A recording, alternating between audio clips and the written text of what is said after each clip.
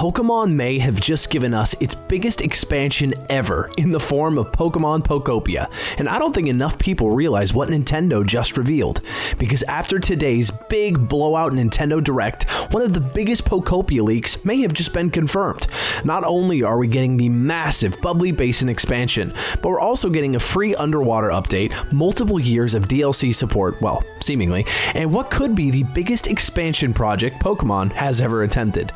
Welcome back to Bros and Badges. In a recent video, I talked about how I didn't think Pokemon was actually going to be in the Nintendo Direct, but I did say if they were in the Direct, they would be focusing on Pokopia DLC, so I'm going to give myself a 50-50 on that. Anyway, today's Nintendo Direct officially revealed the Pokemon Pokopia Expansion Pass. Part 1, Bubbly Basin, arrives in August 2026, Part 2 brings additional new features later this year, yet to be revealed what those are, and Part 3 arrives in 2027 with an entirely new town, also yet to be revealed what that is. But that alone is huge. We're not talking about a furniture pack or some small content updates. Nintendo already has enough content planned to support Pokopia well into next year. But let's briefly talk about Bubbly Basin before getting into the more juicy leak details, because I think Nintendo may have quietly confirmed one of the biggest Pokopia leaks in this release. For months, rumors described Cerulean as a massive underwater city built around exploration, diving, hidden treasures, and underwater construction. This is all information that comes to us from the Terra Leak about Pokemon Pokopia DLC that would eventually be coming, and after today's reveal, Bubbly Basin sounds exactly like that leak. Players will explore new underwater habitats, collect new furniture and outfits, and of course get to discover new Pokemon like Mudkip. Yes, my favorite Mudkip is making his way into Pokemon Pokopia, Popplio as well, and Corphish and others, and even expand the towns beyond the ocean's surface. And yes, I'll say it again, Mudkip is coming. That's the best part. The cool thing about this is whether you want to pay for the DLC or not, every player gets access to the underwater update in August for free.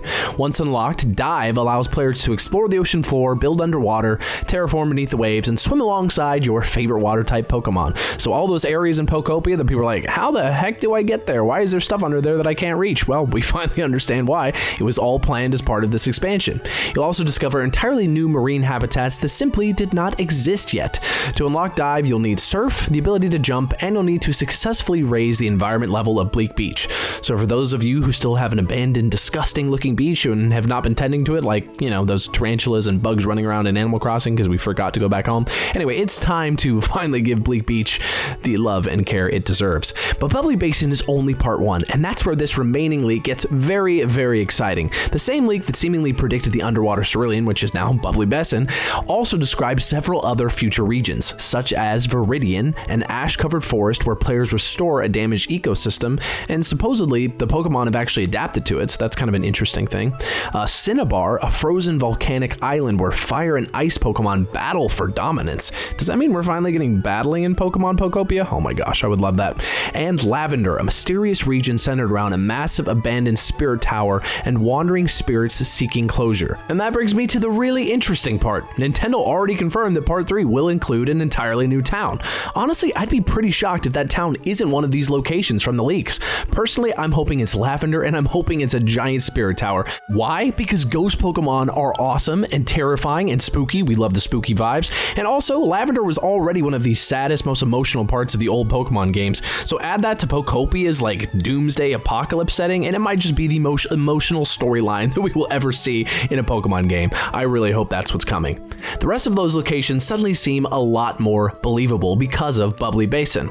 And here's the biggest takeaway. Nintendo isn't treating Pokopia like just a regular game that's finished. They're actually kind of treating it like a games as a service, which for once I think is really awesome. Pokopia is the perfect games as a service game. We now have a roadmap stretching from 2026 all the way into 2027. And could there even be more DLC planned beyond that? But what do you all think? Is Bubbly Basin actually the leaked Cerulean region? I mean, I'm pretty sure it is. And if the remaining leaks are real, which future destination are you most excited for? Viridian, Cinnabar, Lavender, or potentially something else that has not even been revealed yet? Maybe Nintendo is hiding something even bigger for Part 3. Let me know in the comments, because after today's Direct, Pokopia's future suddenly looks way bigger than we ever thought possible. And again, I truly think this is the biggest expansion the Pokemon Company has ever given us. And I love it. I hope Winds and Waves sees this much love.